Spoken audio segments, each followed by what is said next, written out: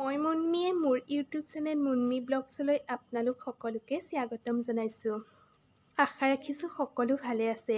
আজি এটা নতুন ভিডিঅ' লৈ আপোনালোকৰ মাজলৈ আহিছোঁ। আজি এতিয়া ৰাতিপুৱা 9টা বাজিলে আৰু এতিয়া আমি ভাত খাবলৈ লৈছোঁ। আজি মানে বেলেগ একো কৰা নাইকিয়া, সুদা ভাত কেইটামান বহাই দিছিলোঁ আৰু নিমখ তেল দি পেলাই এয়া চাওকচোন, আমি এনেকৈ আজি খাবলৈ লৈছোঁ আৰু দুপৰীয়ালৈ বনাব লাগিব। আৰু আজি কি বনাম দেখাম বাৰু। প্ৰথমতে চাওকচোন, আমি ৰাতিপুৱা আজি ভাতকে খাম আৰু এনেদৰেই খাম। এয়া চাওক, ৰাতিপুৱা আজি এনেকৈ খাই লওঁ। আলু দিলোঁ ভাততে, এয়া এনেকৈ খাই লওঁ। এনেকৈ আজি আমাৰ ভাত খোৱা হৈ গ'ল।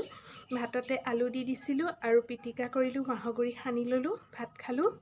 কেতিয়াবা এনেকৈ খাই ভাল লাগে।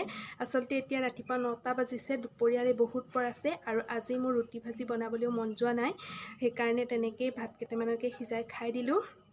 আৰু এতিয়া আমি এই গৰমৰ দিনত যে নেমু খাওঁ, নেমুৰ বাকলিবিলাক গোটাই থৈছিলোঁ আৰু তাৰে আচাৰ অকণ বনাম। খুব সহজেই মই ৰ'দত শুকুৱাই লৈছিলোঁ। সেইখিনি আপোনালোকক দেখুৱাম মই কেনেকৈ আচাৰ বনাওঁ আজি। আৰু দুপৰীয়ালৈ মাংস আছে, মই আজি কঁঠাল গুটিৰ সৈতে বনাম। তেতিয়াহ'লে ব'লকচোন, মই আজি মোৰ পাকঘৰ ৰেচিপি দুটা আপোনালোকৰ লগত শ্বেয়াৰ কৰোঁ। এটা কেৰাহী বহাই ল'লোঁ আৰু মই ইয়াত তেল দি গৰম হ'বলৈ দিছোঁ তেলখিনি। এয়া তেল গৰম হৈ গ'ল আৰু মই এতিয়া এনেকৈ তেলখিনি কেৰাহীতে ঠাণ্ডা হ'বলৈ দিছোঁ। এয়া মই মাংস বনাবলৈ 3টা পিঁয়াজ কাটি লৈছোঁ এনেকৈ, আৰু নহৰু লৈছোঁ আৰু আদা অকণ লৈছোঁ। এতিয়া মই পিঁয়াজখিনি এনেকৈ ইয়াত কাটি দিম। এতিয়া মই মিক্সি বাতি এটা লৈ পেলাই তাত পিঁয়াজখিনি এনেদৰে কাটি দিলোঁ আৰু আদা নহৰু কেইফোটাও মই দি দিছোঁ। আৰু এয়া 4টা শুকান জলকীয়া মই ধুই লৈছোঁ আৰু ধুই পেলাই ইয়াত একেলগে দি এইখিনি গ্ৰাইণ্ড কৰি লওঁ। মই মাংসখিনি লৈছোঁ, ইয়াত মই হালধি দি দিছোঁ, এয়া জিৰা দিছোঁ। মই এইখন চামুচেৰে, ফুল চামুচকৈ দিয়া নাই, চামুচখন ডাঙৰ। এয়া ৰেড চিলি পাউডাৰ দিছোঁ, গোটেইখিনি মই সমান জোখতে দিছোঁ। এয়া মই মিট মছলা দিছোঁ আৰু মই ইয়াত বনাই থোৱা পেষ্টখিনি দি দিম, আদা নহৰু আৰু শুকান জলকীয়াৰ। এয়া মই ইয়াত গোটেইখিনি দি ল'লোঁ। মই নিমখ দিয়া নাইকিয়া, মই নিমখ পিছত দিম। আৰু কেৰাহীত যে মই গৰম কৰি ঠাণ্ডা হ'বলৈ দিছিলোঁ তেলখিনি, সেই তেলখিনি মই ইয়াত দি দিছোঁ। মই মানে তেলখিনি গৰমাই ঠাণ্ডা কৰি লৈছোঁ আৰু এইখিনি মই ধুনীয়াকৈ মেৰিনেট কৰিম।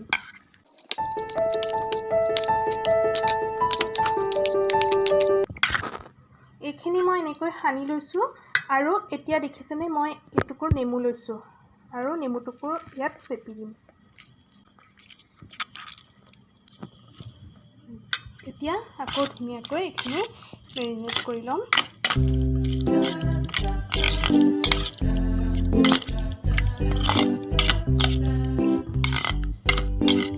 এয়া হৈ গৈছে আৰু মই এইখিনি আধা ঘণ্টাৰ কাৰণে ফ্ৰিজত ৰাখি দিম। মই আজি কঁঠাল গুটিৰ সৈতে বনাম, সেইকাৰণে মই কঁঠাল গুটিখিনি এনেকৈ গেছত পুৰি লৈছিলোঁ। এয়া মই এতিয়া এইখিনি বাকলি গুচাই লওঁ, সেইখিনি ফ্ৰিজত মেৰিনেট হৈ থাকে মানে। এয়া চাওক, কঁঠাল গুটিকেইটা মই বাকলি গুচাই ল'লোঁ। এয়া মই পুৰি লৈছোঁ কঁঠাল গুটিকেইটা আৰু এতিয়া এইকেইটা মই এইটো মিক্সি বাতি মই অথনি পিছা হৈ আছিলে তাতে দি দিম। অথনি মছলাখিনি পিছাই হৈ আছিলে, লাগি আছে, এইখিনি মই ইয়াত দি দিছোঁ আৰু এইখিনি মই অলপ মাৰি লওঁ। এয়া চাওক, মই কঁঠাল গুটিখিনি ইমানখিনিয়ে মাৰি আনিছোঁ এনেকৈ, আৰু মই এতিয়া এই প্লেটখনলৈ এইখিনি উলিয়াই লওঁ। এয়া চাওক, মই প্লেটখনলৈ এইখিনি উলিয়াই ল'লোঁ। এয়া চাওক, মই ফ্ৰিজৰ পৰা মাংসখিনি উলিয়াই ল'লোঁ আৰু মাংসখিনিৰ ভিতৰলৈ গোটেই মছলাখিনি সোমাই গৈছে। আৰু ইয়াত মই অথনি ফ্ৰিজত থওঁতে নিমখখিনি দিয়া নাছিলোঁ, এতিয়া মই এয়া নিমখ দি দিছোঁ। নিমখ আপোনালোকে নিজৰ সোৱাদ অনুসৰি দিব। এয়া নিমখখিনি দি মই আকৌ এনেদৰে সানি লৈছোঁ। এয়া চাওক, অথনি কেৰাহীটো যে তেল গৰমাইছিলোঁ সেই কেৰাহীখনতে মই বনাম। এয়া কেৰাহী গৰম হৈ গ'ল। মই ইয়াত আকৌ তেল দিয়া নাই আৰু এতিয়া মই মেৰিনেট কৰা মাংসখিনি ইয়াত দি দিছোঁ। মই মিডিয়াম ফ্লেমত ৰাখিছোঁ। এয়া মই এনেকৈ লৰাই দিছোঁ অকণমান আৰু এখন ঢাকন দি ঢাকি দিছোঁ। এয়া চাওক মাংসখিনি সিজি গৈছে। এয়া মই এনেদৰে লৰাই দিছোঁ। আপোনালোকে একেবাৰে ল' ফ্লেমত ৰাখিব। আৰু মই এয়া কঁঠাল গুটিখিনি গ্ৰাইণ্ড কৰি থৈছিলোঁ যে সেইখিনি এতিয়া দি দিছোঁ। এতিয়া এইখিনি দি ভালদৰে লৰাই দিলোঁ। এয়া চাওক। আৰু মই এতিয়া এনেকৈ গৰম পানী দি দিছোঁ। আপোনালোকে নিজৰ জোখমতে পানী ব্যৱহাৰ কৰিব। আৰু মই এতিয়া এখন ঢাকন দি ঢাকি দিলোঁ। আৰু 15-20 মিনিটমানৰ পাছত মই চাইছিলোঁ। চাওক এয়া হৈয়ে গ'ল। আৰু মই এতিয়া ইয়াত অকণমান গৰম মছলা দি দিছোঁ। এইখিনি হৈ গ'ল। মই এতিয়া ঢাকন মাৰি থৈ দিওঁ। এয়া মই নেমুৰ বাকলি গোটাই থৈছিলোঁ চাওকচোন। এয়া হৈছে চৰবত। এতিয়া গৰমৰ দিনত খোৱা চৰবতৰ বাকলিবিলাক মই এনেদৰে চিচাৰৰ বৈয়াম এটাৰ ভিতৰত নিমখ দি ৰাখি থৈছিলোঁ। এতিয়া মই এইখিনিৰেই আচাৰ বনাম। এয়া চাওক প্ৰথমতে এটা মই এনেকুৱা বাতি লৈছোঁ। বাতিটো শুকুৱাই পেলাই ইয়াত এইখিনি এতিয়া দি দিছোঁ। এয়া এইখিনিৰে মই এতিয়া আচাৰ বনাম। এতিয়া এইখিনি মই কাটি ল'ব লাগিব। এনেকুৱা এখন প্লেটত মই এতিয়া এইখিনি কাটি লওঁ। সৰু সৰু টুকুৰা কৰি কাটি লওঁ। এয়া চাওক মই এনেকৈ সৰু সৰু টুকুৰা কৰি কাটি লৈছোঁ। এতিয়া মই গোটেইখিনি এনেদৰে কাটি লওঁ।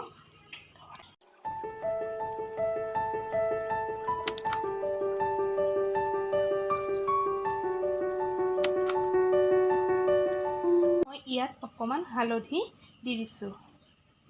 আৰু এইখিনি এনেদৰে ভালকৈ সানি দিম। এনেকৈ যদি আপোনালোকে আচাৰ বনাই থ'ব পাৰে ই পেটৰ কাৰণে বহুত ভাল। এইখিনি মই এতিয়া নিমখত দিয়াই আছিলে সেইকাৰণে নিমখ নিদিওঁ আৰু এতিয়া হালধিখিনি দিছোঁ। পাছত আৰু বেলেগ মছলা দিম। এতিয়া মই এইখিনি ৰ'দত শুকাবলৈ দিম।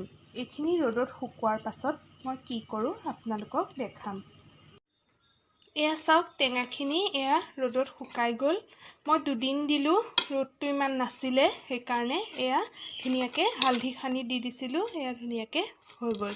আৰু এতিয়া মই এনেকুৱা এটা চিচাৰ বৈয়াম লৈছোঁ আৰু বৈয়ামত মই এইখিনি এনেদৰে ভৰাই দিছোঁ।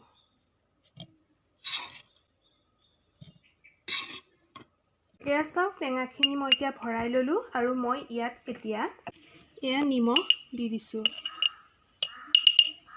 হৈ যাব কাৰণ এইখিনি নিমখত দি থোৱাই আছিলে। আৰু এতিয়া মই এয়া চাওক এই নহৰুখিনি ধুই ভালদৰে ৰ'দত শুকুৱাই লৈছোঁ। ইয়াত যাতে অকণো ভিতৰে বাহিৰে পানী নাথাকে সেই তেনেকৈ মই শুকুৱাই ল'লোঁ ৰ'দত।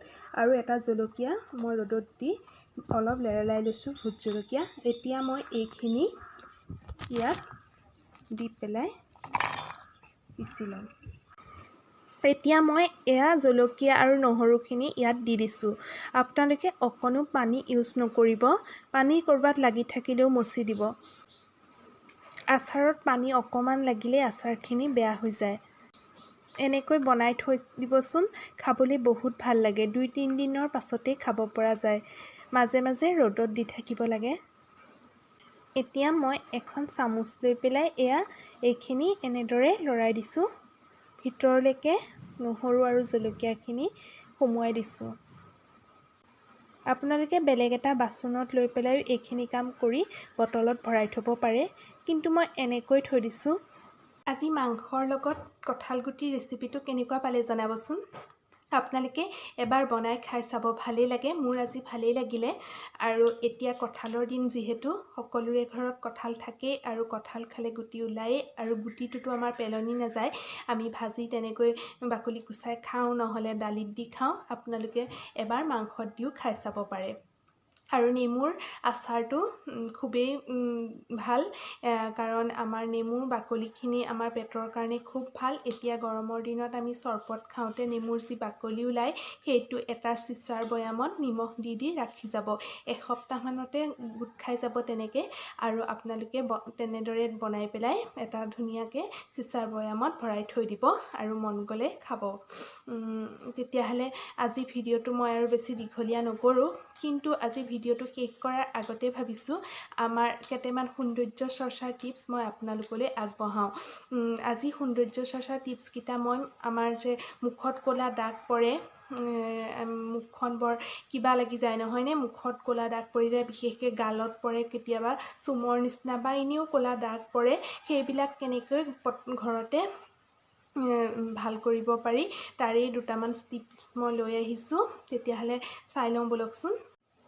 1 নম্বৰতে তুলসী পাত কেইটামান লৈ পেলাই সেইকেইটা ধুনীয়াকৈ পটাত পিচি ল'ব, আৰু মিক্সিত নিপিচিব, পটাত পিচিব। আৰু তাৰ পৰা ধুনীয়াকৈ এটা চিচাৰ বাতিত ৰস উলিয়াই ল'ব, আৰু তাত অকণমান এল'ভেৰা মিহলাই পেলাই এটুকুৰা কটনেদি মুখখন চাফা কৰি ল'ব। তাৰপিছত আপোনালোকে ধুনীয়াকৈ ঠাণ্ডা পানী দি ধুই ল'ব। তেতিয়া মুখখনৰ ক'লা দাগবিলাক নাইকিয়া হৈ যাব। আৰু এনেকৈ ডেইলি কৰিব, এদিন নহয়, সপ্তাহটোত 7 দিনেই কৰিব লাগিব। 2 নম্বৰতে তুলসী পিচি গোটেইখিনি মানে পিচা সতি গোটেই ৰস আৰু সীতা গোটেইখিনি মিহিকৈ পিচি ল'ব পটাত, আৰু তাত অকণমান দৈ মিহলাব। দৈখিনি মানে কাচি দৈ কৰিব, যাতে আগদিনা থোৱা দৈ পিছদিনা আপোনালোকে ল'ব পাৰে। সেইটো দৈ কৰি পেলাই সেইখিনি ধুনীয়াকৈ মিহলাই পেলাই মুখত লেপ দি পেলাই 10 মিনিটৰ কাৰণে ৰাখি থ'ব। 15-20 মিনিট ৰাখি থ'লেও একো নহয়, আপোনালোকে ৰাখি থ'ব, আৰু ৰাখি থৈ ঠাণ্ডা পানী দি ধুই দিব। সেইটো আপোনালোকে সপ্তাহটিত গোটেইকেইদিন কৰিব, কাৰণ মুখৰ ক'লা দাগ যদি যাব লাগে এদিন এৰি এদিন কৰিলে নহ'ব। গতিকে গোটেইকেইদিন কৰিব। যদি বেছিকৈ ক'লা দাগ পৰিছে মুখত, তেতিয়াহ'লে খুব সোনকালেই ভাল হ'ব। তুলসী পিচি ল'ব, তাৰ ৰসটো উলিয়াই ল'ব, অলপ সৰহকৈ ল'ব তুলসী পাত, আৰু সেইখিনি পিচি তাৰ ৰসটো উলিয়াই ল'ব, আৰু তাত নেমুৰ ৰস উলিয়াব ধুনীয়াকৈ, আৰু উলিয়াই পেলাই সেইখিনি এখন চেকনি লৈ পেলাই চেকি পেলাব। চেকি এটা স্প্ৰে বটলত ভৰাই থৈ দিব, আৰু যেতিয়াই সময় পায় তেতিয়াই মুখখনত স্প্ৰে কৰিব। ৰাতি দিন বুলি কথা নাইকিয়া, যেতিয়াই সময় পায় তেতিয়াই ৰাতিপুৱাৰ পৰা আপোনালোকে মাজে মাজে স্প্ৰে কৰি থাকিব। তেতিয়া ক'লা দাগ নাইকিয়া হৈ যায়। আমাৰ গাটো কেতিয়াবা ক'লা দাগ পৰা দেখা যায়, এনেকুৱা হাতত পৰে কেতিয়াবা, বা ডিঙিত পৰে, যেনেকৈ পিঠিত পৰে, ক'লা দাগ পৰে। তেতিয়াও তুলসী পিচি ল'ব, আৰু তুলসী পিচি তাত এল'ভেৰা দিব, আৰু নেমুৰ ৰস দিব। তুলসীখিনি পিচি ৰসটো নহয়, গোটেইখিনি ল'ব, আৰু সেইখিনি গোটেইখিনি মিহলাই আমাৰ গাত সানিব।